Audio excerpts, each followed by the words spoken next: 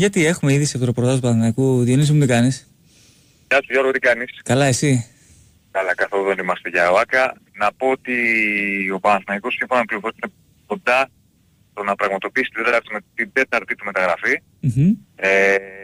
Αναφερόμαστε στο ΤΕΤΕ της Γαλατάσαράι τον Έξτρεμ που είχε γραφτεί, που είχε υποθεί. Αυτό αναφέρουν οι πληροφορίες από τον Παναθηναϊκό, δεν λένε το παραμικρό.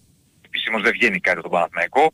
Το ρεπορτάζ λέει ότι είναι πολύ κοντά σε συμφωνία με την Γαλατάσαράι το Τριφύλι για να κάνει δικό του τον Βραζιλιάνο Εξτρέμ το ΤΕΤΕ, ένα παίκτη υψηλού επίπεδου, υψηλής αξίας, το γνωρίζεις πολύ καλά, το συζητούσαμε και χθες.